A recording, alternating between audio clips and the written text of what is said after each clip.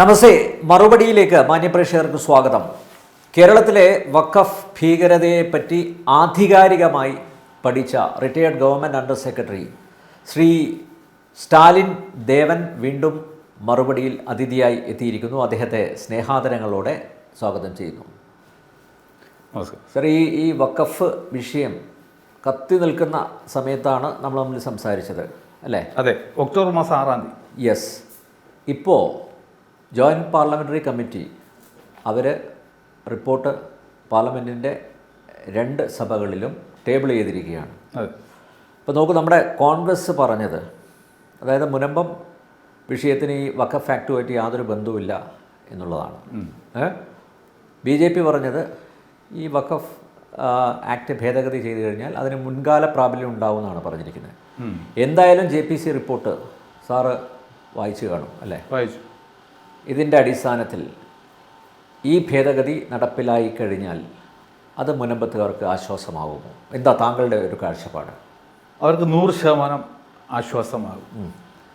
936 പേജുള്ളതാണ് ഈ റിപ്പോർട്ട്. അതിൽ ഒരിടത്തും ഇത് എക്സ്പ്ലിസിറ്റായിട്ട് മുനമ്പത്തിന് പരിഹാരം പറഞ്ഞിട്ടില്ല. അത് ഇംപ്ലിസിറ്റാണ്, അന്തർലീനമാണ്. അപ്പോൾ അത് കണ്ടെത്തണമെങ്കിൽ നമുക്ക് ഈ വഖഫിനെ കുറിച്ചും വഖഫ് ആക്ടിനെ കുറിച്ചും മുനമ്പത്തെ ചരിത്രത്തിനെക്കുറിച്ചും കൂടാതെ ഫറൂഖ് കുളിൻ്റെ ചരിത്രവും ഫറൂഖ് കുളിൻ്റെ ലീഗൽ സ്റ്റാറ്റസും അറിഞ്ഞാൽ മാത്രമേ ഇതിനകത്ത് മുങ്ങിക്കിടക്കുന്ന ഈ മൂത്ത് തപ്പിയെടുക്കാൻ പറ്റൂ. ഇപ്പോൾ ഞാൻ അന്ന് സാറിനോട് പറഞ്ഞായിരുന്നല്ലോ, ഞാൻ ഇവരോടൊപ്പം കൊണ്ടുവന്നു. അതെ, ഞാൻ ഈ 4 ഫാക്ട്സും എനിക്ക് വളരെ കൃത്യമായിട്ട് അറിയാമെന്നുള്ളത് കൊണ്ട് ഇത് കംപ്ലീറ്റ് വായിക്കേണ്ടി വന്നില്ല. ഇതിൻ്റെ ക്ലോസ് 10 കുറിച്ചിട്ട് ഈ വഖഫ് ആക്ടിൻ്റെ സെക്ഷൻ 13 അമെൻഡ് ചെയ്യുന്ന ക്ലോസ് 10 അത് വായിച്ചപ്പോൾ ഞാൻ അവിടെ നിർത്തി. അവിടെ ഞാൻ നിർത്തിയ സമയം രാവിലെ 3 മണിയായിരുന്നു. എനിക്ക് ഈ യുറേക്ക എന്നാണ് പോലും വിളിച്ച് പറയാനും തോന്നുന്നില്ല. ഞാൻ കൊണ്ടുപോയിട്ട് വൈഫിനെ പോയിട്ട് വിളിച്ചു. അപ്പോൾ ഞാൻ ഇതിൻ്റെ പിറകെ വർക്ക് ചെയ്തൊക്കെ ആൾക്കറിയാം. അവളെ ഉണർത്തിയിട്ട് ഞാൻ പറഞ്ഞു, ഈ മുനമ്പത്തിന് പരിഹാരമായി. അത് എങ്ങനെയെന്ന് ചോദിച്ചു. അവൾക്ക് ഞാൻ പറഞ്ഞാൽ മനസ്സിലാകത്തില്ല. ഞാൻ പറഞ്ഞു, അവൾ കിടന്ന് ഉറങ്ങി. പിന്നെ എനിക്ക് ഉറക്കം വരുന്നില്ലല്ലോ. അങ്ങനെ ഞാൻ ഒരു പരുവത്തിന് നേരം വിളിപ്പിച്ചു. എൻ്റെ ഈ യൂട്യൂബ് ചാനൽ, ചെറിയ യൂട്യൂബ് ചാനൽ, അതിൽ ഞാൻ തന്നെ ഇത് ഈ ലോകത്തിനോട് അറിയിക്കണമെന്ന് പറഞ്ഞ് വളരെ കോൺഫിഡൻ്റായി ഞാൻ വിളിച്ച് പറയുകയും ചെയ്യും. അതായത് ഈ സതീശൻ പറയും പോലെ വഖഫ് ആക്റ്റും മുനമ്പത്തിന് വിഷയവും തമ്മിൽ പ്രശ്നമില്ല എന്നൊക്കെ പറയുന്നത് തികച്ചും തെറ്റാണ്, ആൾക്കാരെ പറ്റിക്കാൻ വേണ്ടിയിട്ടാണ്. അതുപോലെ തന്നെ BJP പറഞ്ഞിരുന്നു മുൻകാല പ്രാബല്യം കാണും. അങ്ങനെ മുൻകാല പ്രാബല്യത്തോടു കൂടി ഒരു നിയമം ഉണ്ടാക്കാൻ പറ്റില്ല സാർ. കാരണം അങ്ങനെയാണെങ്കിൽ 29 വർഷമായിട്ട് ഈ ആക്ട് നിലനിൽപ്പും മുൻകാല പ്രാബല്യം കൊടുത്താൽ ഇതിൽ 10,000-കണക്കിന് കേസുകളും കാര്യങ്ങളും ആൾറെഡി ഡിസ്പോസ്ഡ് ആയിരിക്കും. അപ്പോൾ മുൻകാല പ്രാബല്യം വരുമ്പോൾ ഇതൊക്കെ വീണ്ടും പൊങ്ങി വരും. സോ അതായത് BJP ഗവൺമെൻറ്റിന് വേണമെന്ന് വിചാരിച്ചെങ്കിൽ പോലും അത് അങ്ങനെ കൊണ്ടുവരാൻ പറ്റത്തില്ല. രണ്ടാമത്, ഇന്ത്യയുടെ പല ഭാഗത്തും 100 കണക്കിന് ഇതുപോലെയുള്ള 1000-കണക്കിന് ഈ വഖഫ് തർക്കങ്ങൾ നടക്കുകയാണ്. അവിടെ മുനമ്പത്തിന് വേണ്ടി മാത്രം BJPക്ക് എന്തെങ്കിലും ചെയ്യാൻ പറ്റും. അപ്പോൾ ബാക്കിയുള്ള ഒരു കേസും കൊണ്ടുപോകില്ലേ? ഡിസ്ക്രിമിനേഷൻ ആണെന്ന് പറയുന്നത്. So it was not possible at all. ഞാൻ അതും എൻ്റെ ഒരു വീഡിയോയിൽ പറഞ്ഞിരുന്നു. ഈ മുൻകാല പ്രാബല്യമോ അല്ലെങ്കിൽ മുനമ്പത്തിന് വേണ്ടിയിട്ട് ഒരു പ്രത്യേക പാക്കേജോ ഈ വരാൻ പോകുന്ന ഭേദഗതിയിൽ കാണില്ല എന്ന് ഞാൻ 100% ഉറപ്പിച്ച ഒരു കാര്യമായിരുന്നു. എന്തായാലും ഒരു പരിഹാരമുണ്ട് മുനമ്പത്തിൽ. ആക്ട് ഭേദഗതി ചെയ്യുമ്പോൾ മുനമ്പത്തുകാർക്ക് സഹായകരമായ രീതിയിൽ അത് വരും. ഈ ആക്ട് ഭേദഗതി ചെയ്ത് ഗസറ്റ് നോട്ടിഫിക്കേഷൻ വരുന്ന നിമിഷം മുനമ്പം സ്വതന്ത്രമായി. തീർച്ചയായും 100%. പക്ഷേ ഇത് ഇപ്പോൾ ഇത് എനിക്ക് 100% ഉണ്ട്. ഞാൻ പറയുന്ന കാര്യം ഒരു 50% പേര് വിശ്വസിച്ചിരിക്കും. 50 പേര് ഇപ്പോഴും ചിലപ്പോൾ സംശയത്തിൻ്റെ ഒരു നിലയിലായിരിക്കും. അദ്ദേഹം എന്തോ പറയുന്നു, വരുമോ ഇല്ലയോ. എന്തായാലും മുനമ്പംകാർക്ക് എന്നെക്കുറിച്ച് 100% വിശ്വാസമുണ്ട് എന്നാണ് എനിക്ക് മനസ്സിലാക്കാൻ കഴിഞ്ഞിട്ടുള്ളത്. അപ്പോൾ ഇനി നമുക്ക് അതിലേക്ക് കടക്കാം. അവരുമായിട്ട് കമ്മ്യൂണിക്കേറ്റ് ചെയ്തോ? പിന്നെ നമ്മുടെ ഫാദറുമായിട്ടൊക്കെ. ഫാദർ ഞാനും ദിവസത്തിന് 2-3 പ്രാവശ്യം ബന്ധപ്പെട്ടു. ഇപ്പോൾ വരുന്നതിന് മുമ്പ് ബന്ധപ്പെട്ടു. അപ്പോൾ ഈ വിഷയത്തിൻ്റെ പരിഹാരം എന്ന് പറയണമെങ്കിൽ നമ്മൾ ആദ്യം ആർട്ടിക്കിൾ 26 ഓഫ് ദ കോൺസ്റ്റിറ്റ്യൂഷൻ മനസ്സിലാക്കണം. കാരണം എല്ലാവരും നമ്മൾ കഴിഞ്ഞ ഇൻ്റർവ്യൂവിലും പറഞ്ഞു, ഈ വരാൻ പോകുന്ന ആക്ട് റിലീജിയസ് ഡിനോമിനേഷനെതിരാണെന്നാണ് നമ്മുടെ പ്രേമേന്ദ്രനും വേണുഗോപാലും എല്ലാവരും വിളിച്ചു പറഞ്ഞത്. ഇൻഫാക്ട് അവർക്കാർക്കും ഈ ഡിനോമിനേഷൻ എന്താണെന്ന് അറിയില്ല. അപ്പോൾ കേൾക്കുന്ന ആൾക്കാർ വിചാരിക്കും ഇത് മൈനോറിറ്റീസ് ആയിരിക്കും എന്ന് വിചാരിക്കും. ഇനി നമുക്ക് എന്താണെന്ന് പെട്ടെന്നൊന്ന് പറയാം. ഈ ഡിനോമിനേഷൻ എന്ന് പറയുന്നത് ഈ ആർട്ടിക്കിൾ 26 അവർക്ക് വേണ്ടി മാത്രമാണ്. അതായത് ഹിന്ദു മതത്തിൽ എല്ലാ ബേസിക് മതങ്ങളുടെ അടിയിലും ചില ഉപവിഭാഗങ്ങൾ കാണും. അവർക്ക് ചില പ്രത്യേക ആചാരങ്ങളും അനുഷ്ഠാനങ്ങളും കൂട്ടായ്മയും കാര്യങ്ങളും. ഇപ്പോൾ പറയുകയാണെങ്കിൽ നമ്മുടെ നാഗാ സന്യാസിമാർ, അവർ നഗ്നരായ റോഡിൽ കൂടെ പോയ പോലീസ് പിടിച്ച് അറസ്റ്റ് ചെയ്യും. ഇല്ല, നമ്മൾ പോയാലോ? ഇതാണ് അവരുടെ പ്രത്യേക ആചാരങ്ങൾ. ഒക്കെ അതിനെ റെസ്പെക്ട് ചെയ്യാനുള്ള ഭാഗമായിട്ട് ഭരണഘടന തന്നെ അവരുടെ അവകാശങ്ങളെ പ്രൊട്ടക്റ്റ് ചെയ്യും. അപ്പോൾ മിക്കവാറും ഇവർക്ക് വേണ്ടി പ്രത്യേക സമ്പ്രദായങ്ങളും മത ഉപദേശങ്ങളും മിക്കവാറും ഒരു സ്ഥാപകനും ഒക്കെ കാണും. ഹിന്ദു മതത്തിൽ എടുക്കുകയാണെങ്കിൽ നമുക്ക് ശൈവിസം, വൈഷ്ണവിസം, ശക്തിസം, ഈ നാഗാ സന്യാസം, ഇതൊക്കെ പറയുന്നത് പ്രത്യേക സെക്റ്റാണ്. അപ്പോൾ അവരുടെ ഈ മത അവകാശങ്ങൾ സംരക്ഷിക്കാം. അവർക്ക് സ്വന്തമായിട്ട് റിലീജിയസ് ഇൻസ്റ്റിറ്റ്യൂഷൻസ് ഉണ്ടാക്കാം, അവർക്ക് വസ്തുക്കൾ അക്വയർ ചെയ്യാം. അത് അവർക്ക് തോന്നുന്ന രീതിക്ക് subject to public morality, health and order, അവർക്കത് സ്വയം ഭരിക്കാനുമുള്ള അവകാശവും നമ്മുടെ ഭരണഘടന ആർട്ടിക്കിൾ 26 പ്രകാരം കൊടുത്തിട്ടുണ്ട്. അപ്പോൾ ഇത് ഈ മുസ്ലിംസിൻ്റെ ഇടയിലും ക്രിസ്ത്യാനികളുടെ ഇടയിലും ഒക്കെ ഇത് പല വിധത്തിലുള്ള ഡിനോമിനേഷൻ ഉണ്ട്. ഈ ഡിനോമിനേഷൻ എന്ന് പറയുന്നത് റിലീജിയസ് മൈനോറിറ്റി അല്ല. അപ്പോൾ ഈ വിഷയം എന്ന് വെച്ചാൽ മഹാരാഷ്ട്രയിൽ പ്രീഡോമിനേറ്റ് ചെയ്യുന്ന ഒരു മുസ്ലിം ഡിനോമിനേഷനാണ് ബോറ, അഗാഖാനി എന്നൊക്കെ പറയുന്നത് രണ്ട് കാര്യങ്ങൾ. അപ്പോൾ ഇവരെ സംബന്ധിച്ച് പറയുകയാണെങ്കിൽ ഈ ബോറ കമ്മ്യൂണിറ്റിയെ പറ്റി പറയുകയാണെങ്കിൽ അവരുടെ ആത്മീയ ആചാര്യൻ്റെ പേര് ഈ അറബിക് വേർഡുകളാവുകൊണ്ട് നമുക്ക് പെട്ടെന്ന് പഠിക്കാൻ പറ്റത്തില്ല. അൽ ദായ് അൽ മുൽത്താഖ് എന്ന് പറയുന്നതാണ് അവരുടെ ആത്മീയ ഗുരു വേൾഡ് വൈഡ്. അപ്പോൾ അദ്ദേഹം പറയുന്നതാണ് അവരുടെ അവസാന വാക്ക്. അവരെ സംബന്ധിക്കുന്ന വസ്തുതകളെല്ലാം അദ്ദേഹത്തിൽ അധിഷ്ഠിതമാണ്. അപ്പോൾ അദ്ദേഹം ഈ മുംതാസ് സൈമീൻ എന്ന് പറയുന്ന, നമ്മൾ മറ്റേല് മുത്തവല്ലി എന്ന് പറയുന്നത് പോലെ ഇതിൽ മുംതാസ് സൈമീൻ എന്ന് പറയുന്ന ഒരു മാനേജറെ വച്ചിട്ടാണ് ഈ പ്രോപ്പർട്ടികൾ കംപ്ലീറ്റും ഇത് മാനേജ് ചെയ്യുന്നത്.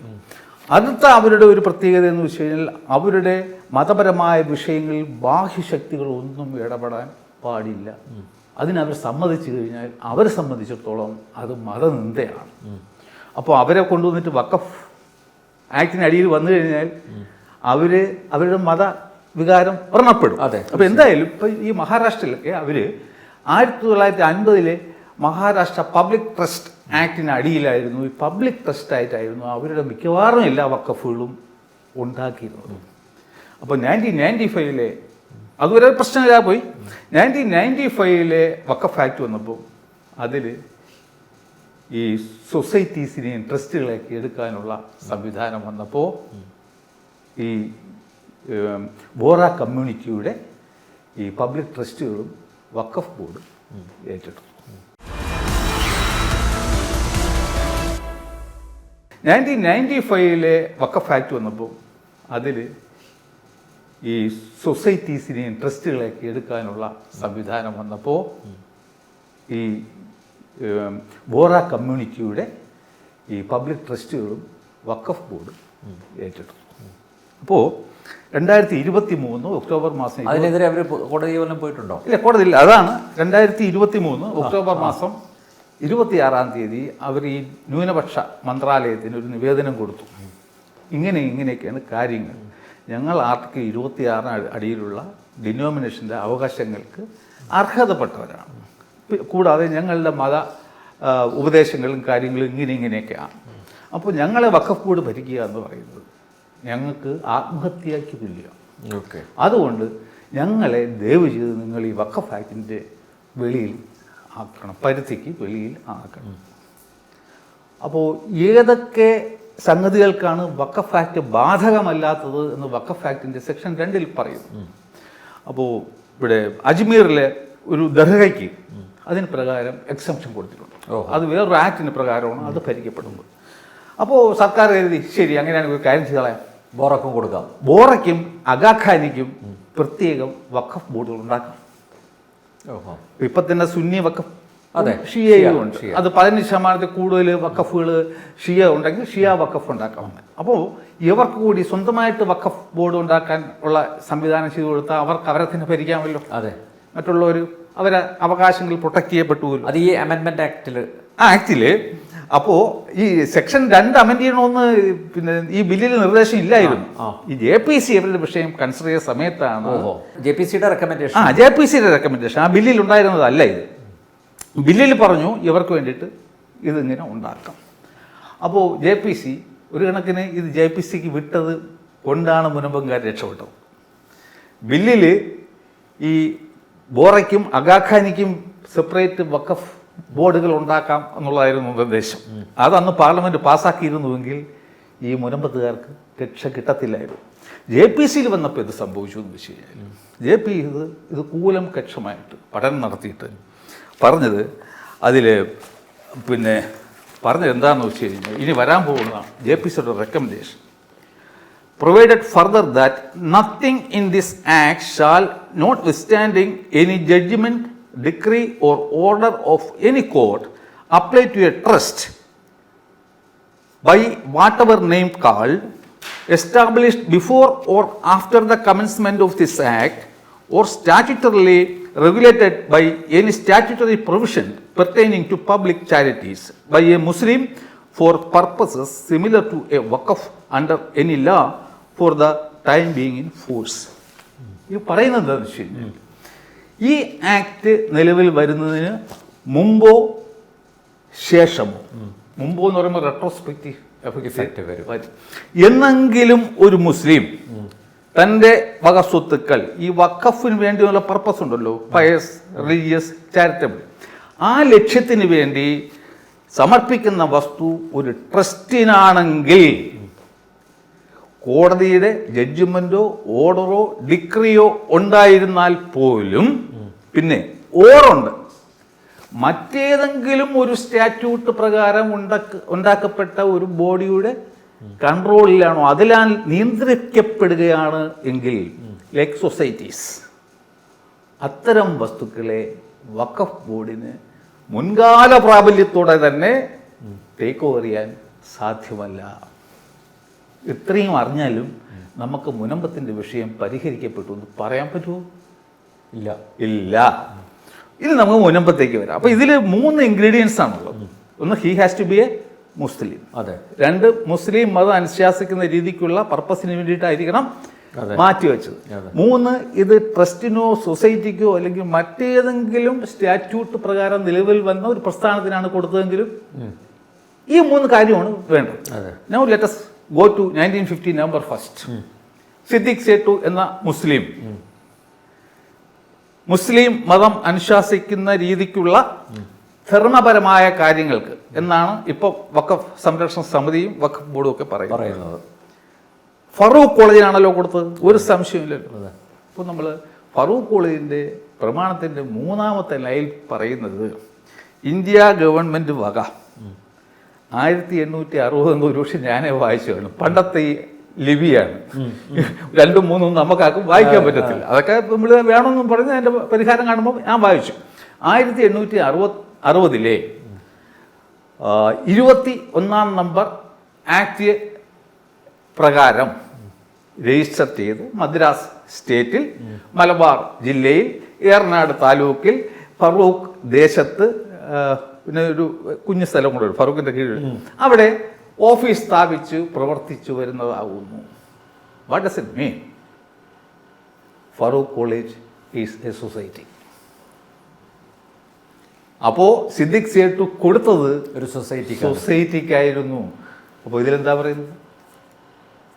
അതുപോലെ അന്ന് 1860 ആ സ്റ്റാറ്റ്യൂട്ട് ആണെങ്കിൽ ഇന്നും ഇന്ത്യയിൽ നിലനിൽക്കുകയാണ്. ഇറ്റ് ഈസ് ഇൻ വോ.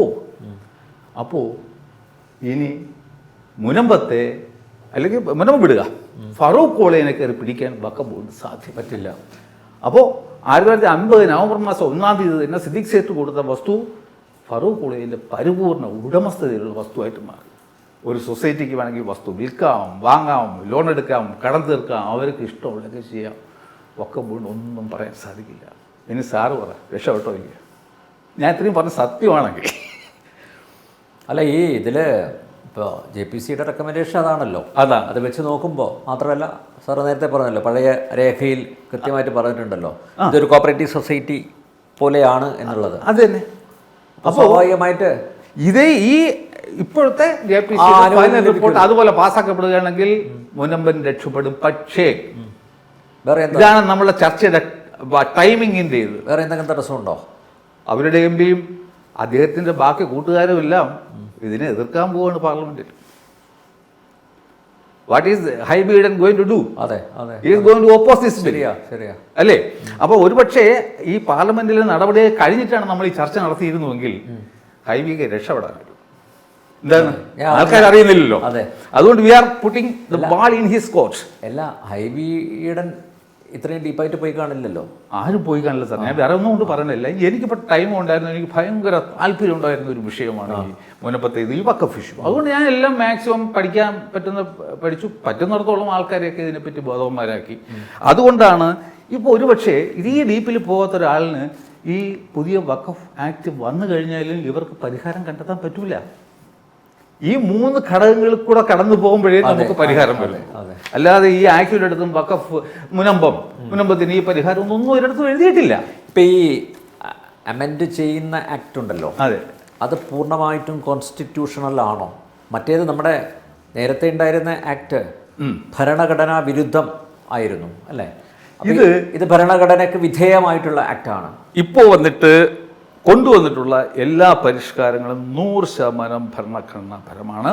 അതിന് ആർക്കും ഒരു കോടതിയിലും ചലഞ്ച് ചെയ്യാൻ പറ്റത്തില്ല. ഇതിപ്പോൾ ഞാൻ പറയുന്നത് കാലം തെളിയിക്കും. ഇപ്പോൾ ആർക്കെങ്കിലും പറയാം ഞാൻ പറയുന്നത് തെറ്റാണ്, പക്ഷെ കാലം തെളിയിക്കും. ഈ കൊണ്ടുവന്ന എല്ലാ ഭേദഗതികളും ഭരണഘടനാപരമാണ്. പക്ഷെ ഭരണഘടനാപരമല്ലാത്ത ഒന്ന് ഇപ്പോഴും അതിലുണ്ട് സർ. അതായത് 1995 വരെ ഈ കേസുകളൊക്കെ സിവിൽ കോടതികളാണ് ചെയ്തുകൊണ്ടിരുന്നത്. അവിടെ നമ്മൾ സിവിൽ പ്രൊസീജിയർ കോഡും ഇന്ത്യൻ എവിഡൻസ് ആക്ടും പ്രകാരമാണ് കാര്യങ്ങൾ നടത്തിയിരുന്നത്. അപ്പോൾ അവിടെ ജോലിഭാരം കൂടും എന്നും പറഞ്ഞിട്ടാണ് ആൾക്കാരെ പറ്റിക്കാൻ വേണ്ടി ഒരു ട്രൈബ്യൂണൽ ഉണ്ടാക്കിയതും അതിൻ്റെ കോൺസ്റ്റിറ്റ്യൂഷൻ നമുക്കറിയാം. അവിടെ ഈ സിവിൽ പ്രൊസീജിയർ കോഡും ഇന്ത്യൻ എവിഡൻസ് ആക്ടും ബാധകമല്ല. പക്ഷേ ഇപ്പോഴും ഈ ട്രൈബ്യൂണലിനെ അതുപോലെ നിർത്തിയിട്ടുണ്ട്. ഒന്നുകിൽ അതിനെ അബോളിഷ് ചെയ്ത് കളയണം, പഴയതുപോലെ സിവിൽ കോടതികൾക്ക് വിടണമായിരുന്നു. അല്ലാത്ത പക്ഷം ഈ ട്രിബ്യൂണലിലും വന്നിട്ട് ഈ സിവിൽ പ്രൊസീജിയർ കോഡും ഇന്ത്യൻ എവിഡൻസ് ആക്ടും ബാധകമാക്കണം. അല്ലെങ്കിൽ പക്ഷേ ഈ ട്രിബ്യൂണലിനുള്ള അധികാരം ഒക്കെ പോയല്ലോ. പഴയ അധികാരം തന്നെയാണ്. അവരുടെ ഡിസിഷൻ ഫൈനലാവില്ല. പക്ഷേ അധികാരം അതുപോലെ തന്നെയാണ്. ഈ നിർദ്ദേശത്തിൽ ഈ മുസ്ലിം മതപണ്ഡിതനെ മാറ്റിയായിരുന്നു. പക്ഷേ JPC വീണ്ടും അത് റെക്കമെൻഡ് ചെയ്തിട്ടുണ്ട്. വേണം. പഴയ കോൺസ്റ്റിറ്റ്യൂഷൻ തന്നെയാണ് വരാൻ പോകുന്നത്. ഈ 3 പേരും, ജില്ലാ ജഡ്ജിയും ഒരു ADM-ൽ കുറയാത്ത റാങ്കുള്ള ഒരു ഓഫീസറും അതുപോലെ തന്നെ മുസ്ലിം മതപണ്ഡിതനും. പക്ഷേ അങ്ങനെ വരുമ്പോൾ അപ്പീൽ പ്രൊവിഷൻ ഉണ്ടെങ്കിലും ഇവർ ഈ ട്രിബ്യൂണലിൽ ഒരു ഇഷ്യൂ സെറ്റ് ചെയ്യാൻ കുറേ നിയമവും കാര്യങ്ങളും വരുമല്ലോ. അത് ഹൈക്കോടതിക്ക് സിവിൽ പ്രൊസീജിയർ കോഡ് എവിഡൻസ് ആക്ടും ഉണ്ടെങ്കിലേ ഹൈക്കോടതിക്ക് വെച്ച് നോക്കാൻ പറ്റത്തുള്ളൂ. അപ്പോൾ ഇത് ആർട്ടിക്കിൾ 14 മിനിമം എഗനിസ്റ്റാണ്. അങ്ങനെ നോക്കുകയാണെങ്കിൽ ഇപ്പോൾ വരുന്ന ഭേദഗതിയിൽ 100% ഭരണഘടനാപരമാണെന്ന് എനിക്ക് പറയാൻ പറ്റില്ല. ഈ ഒരു പ്രശ്നം അവിടെ ഉണ്ട്. അത് മാത്രമാണ് ഭരണഘടന. എൻ്റെ ഇതിൽ ഇപ്പം അത് മാത്രമാണ് തോന്നുന്നത്. കാരണം എനിക്കിപ്പോൾ ഒരു സിവിൽ കോടതിയിൽ എന്നെ എങ്ങനെ ട്രീറ്റ് ചെയ്യുമോ അതേ വിഷയം ട്രിബ്യൂണലിൽ പോകുമ്പോഴും അതേ നിയമം അനുസരിച്ച് ട്രീറ്റ് ചെയ്യപ്പെടാൻ ഞാൻ അർഹനാണ് ആസ് എൻ ഇന്ത്യൻ പൗരൻ. ആ ഒരു ഇതെനിക്ക് എൻ്റെ ശ്രദ്ധയിൽപ്പെട്ടിട്ടുണ്ട്. അപ്പോൾ ഈ നിയമം പ്രാബല്യത്തിൽ വന്നു കഴിഞ്ഞാൽ മുനമ്പത്തുകാരിനി എന്തൊക്കെ സ്റ്റെപ്പ് എടുക്കണം? ഒന്നും ചെയ്യേണ്ട. ആദ്യം ഹൈക്കോടതിയിൽ പോയിട്ട് ഇപ്പോൾ നിൽക്കുന്ന കേസൊക്കെ പിൻവലിക്കുക. ട്രിബ്യൂണലിൽ ഇപ്പോൾ കക്ഷി അറിഞ്ഞിട്ട് എൻ്റെ നിർബന്ധം സഹിക്കാൻ വയ്യാതെ അതും പിൻവലിക്കുക. നേരെ CM-ൻ്റെ അടുക്ക പോയി ഈ ആക്ടിൻ്റെ ഒരു കോപ്പിയും വെച്ചിട്ട് ഒരു നിവേദനമാണ് ഞാൻ ഡ്രാഫ്റ്റ് ചെയ്ത് കൊടുക്കുക. ഇങ്ങനെയാണ് പുതിയ നിയമം, അതുകൊണ്ട് എത്രയും പെട്ടെന്ന് ഞങ്ങളുടെ റവന്യൂ അവകാശങ്ങളും എല്ലാം തിരിച്ചു തരിക. ഞങ്ങൾക്ക് എക്സംഷൻ കിട്ടും. എക്സംഷൻ അല്ല, they cannot claim make any claim over us. ഇതായിരിക്കുന്നു സംഗതി. അപ്പോൾ തീർച്ചയായിട്ടും അദ്ദേഹം ലോ ഡിപ്പാർട്ട്മെൻറ്റിൽ ഒന്ന് അയക്കും. 1 മാസത്തിനകത്ത് ഓക്കെ എന്ന് പറയും. ഇല്ലെങ്കിൽ സർക്കാരിനെ തന്നെ പ്രതിയായിക്കൊണ്ട് വീണ്ടും റിട്ട് കൊടുക്കുക. പുതിയ നിയമം വന്നു കഴിഞ്ഞു. ഇപ്പം എന്തായാലും ഈ കോൺഗ്രസിൻ്റെയും CPM-ൻ്റെയും തനി നിറം മുനമ്പത്തുകാർ അറിയാൻ പോവുകയാണ്. തീർച്ചയായും അറിഞ്ഞു കഴിഞ്ഞു. പക്ഷേ ഇപ്പോഴും ഞങ്ങൾ മുനമ്പത്തുകാരോടൊപ്പമാണ് എന്നാണല്ലോ പറയുന്നത്. കഴിഞ്ഞ ദിവസം MLA പോയിട്ട് അങ്ങനെയാണല്ലോ പറഞ്ഞത്. പക്ഷേ ഞാൻ പറയുന്നത് സാർ, ഈ മുനമ്പത്തുകാരൊന്നും വീണ്ടും അവർക്ക് അവരുടെ ഇത് കിട്ടിക്കഴിഞ്ഞാൽ വെരി നെക്സ്റ്റ് ഡേ അവർ വീണ്ടും കൈപ്പത്തി എരുവാൾ ചുറ്റിയെ പറയും. ഞാൻ എന്നാണ് മനസ്സിലാക്കുന്നത്. അല്ലെങ്കിൽ they have to prove in the coming local body elections വരാൻ പറ്റും, പഞ്ചായത്ത് ഒക്കെ അതിലവിടെ പ്രൂവ് ചെയ്യേണ്ടി വരും. അല്ല, ഞങ്ങൾ നന്ദിയുള്ളവരാണ് എന്ന് അവർ പ്രൂവ് ചെയ്യേണ്ടി വരും. അല്ലെങ്കിൽ അവിടുത്തെ ഞാൻ പഠിച്ചിടത്തോളം വെച്ച് നോക്കുകയാണെങ്കിൽ അങ്ങനെയൊന്നും പ്രത്യേക വലിയ സംഭവമൊന്നും നടക്കില്ല. അല്ലാതെ ഞങ്ങൾക്ക് തന്നെ മനസ്സിലായതാണ്. കാരണം അതിൻ്റെ സമരസമിതി കൺവീനറാണെന്ന് തോന്നുന്നു. അദ്ദേഹം ഒരു കോൺഗ്രസ്സുകാരനാണ്. തുടക്കത്തിലുള്ള ആവേശമൊക്കെ പിന്നെ അങ്ങ് പോയി. അതുമില്ല, പുള്ളിയെ സംബന്ധിച്ചോളം എനിക്ക് നമ്മൾ പേര് പറയുന്നില്ല. പുള്ളിയെ സംബന്ധിച്ച് എനിക്ക് തോന്നിയിട്ടുണ്ട് പുള്ളി ഒരുപക്ഷെ ഈ അവിടുത്തെ ജനങ്ങളുടെ ആഗ്രഹങ്ങൾക്ക് വിരുദ്ധമായി പ്രവർത്തിക്കുന്ന ഒരു വ്യക്തിയാണോ എന്ന് പോലും എനിക്ക് സംശയിക്കേണ്ടി. സ്വാഭാവികമായിട്ടും രാഷ്ട്രീയക്കാർ അങ്ങനെയുള്ളവരെയാണല്ലോ അവരുടെ പക്ഷത്തേക്ക് എടുക്കുക. അതുകൊണ്ട് എന്തായാലും BJP ഒരു അമെൻമെൻറ്റ് കൊണ്ടുവന്നത് കൊണ്ട് തന്നെയാണ് ഇപ്പോൾ ഈ മുനമ്പത്തുകാർക്ക് ഇനി ഒരു രക്ഷ കിട്ടിയത്. അതേസമയം ഇപ്പോൾ കോൺഗ്രസ് ആയിരുന്നു ഭരിച്ചിരുന്നതെങ്കിൽ എല്ലാവർക്കും ആത്മഹത്യയല്ലാതെ വേറെ ഒരു വഴിയും അവരുടെ ഫ്രണ്ടിലുണ്ടാവില്ലായിരുന്നു. പിന്നെ എന്തായാലും ഇങ്ങനെ ഒരു അമെൻമെൻറ്റ് വന്നു. അവരുടെ യുക്തിപരമായി ചിന്തിക്കട്ടെ, അവരിഷ്ടം പോലെ പറയട്ടെ. ഞാനിപ്പോൾ എനിക്ക് 5 പൈസയുടെ ബെനിഫിറ്റിന് വേണ്ടിയിട്ടല്ല, എൻ്റെ ഒരുപാട് രാത്രിയും സമയവും ബുദ്ധിയും ഒക്കെ ഇഷ്ടം പോലെ ഉപയോഗിച്ചു. കാരണം ഞാൻ ഇന്ന് സാറിൻ്റെ പറഞ്ഞില്ല, 610 കുടുംബത്തിന് സഹായിക്കാൻ എനിക്ക് എന്തെങ്കിലും ചെയ്യാൻ പറ്റിയ, എനിക്ക് മരിക്കുമ്പോൾ സന്തോഷമായിട്ട് മരിക്കാമല്ലോ. ഈ ജീവിതവും ശകലവും പോലും ഇത് ഡിമാൻഡ് ചെയ്തിട്ടല്ലല്ലോ സാർ ഇതിലേക്ക് ഇൻവോൾവ് ചെയ്തത്. തീർച്ചയായിട്ടും അല്ല. അതൊരു ഞാൻ അങ്ങോട്ട് കൊടുത്തിട്ടുള്ളതല്ലേ, ഞാൻ അടിസ്ഥാനത്തിലല്ല. അതെ, എനിക്ക് ഒരാളെ സഹായിക്കും. റോബിൻ ശർമ്മയുടെ മങ്കൂസ് വോളീസ് ഫെറാറി എന്ന് പറയുന്ന ഒരു കൊച്ചു ബുക്കുണ്ട്, ഒരു 11 സ്റ്റെപ്പ് നമ്മുടെ ജീവിതത്തിന്റെ. അതിൽ പറയുന്നുണ്ട്, ഒരു ദിവസം ഒരു അപരിചിതനെങ്കിലും നിങ്ങൾ സന്തോഷിപ്പിക്കും. അതുപോലെ ആർക്കെങ്കിലും എന്തെങ്കിലും സഹായം കൊടുക്കാനുള്ള ഒരു ചാൻസ് നിങ്ങളെ മുമ്പ് വരികയാണെങ്കിൽ അത് ഈശ്വരൻ നിങ്ങളുടെ അടുത്തോട്ട് അയച്ചാണ് നമ്മൾ സഹായിക്കും. ഇപ്പോൾ എൻ്റെ റോള് ഇപ്പോൾ ഏകദേശം അവസാനിച്ച് കഴിഞ്ഞു. ഇത് ഡിക്ലെയർ ചെയ്യാനുള്ള ഭാഗ്യം കൂടി ദൈവം എനിക്ക് തന്നു. സാധാരണഗതി ഈ ബാക്കി മാധ്യമങ്ങളൊക്കെ ഇത് ചർച്ച ചെയ്യാൻ പോയി ചിലപ്പോൾ 4-5 മാസം കഴിഞ്ഞിട്ടായിരിക്കും.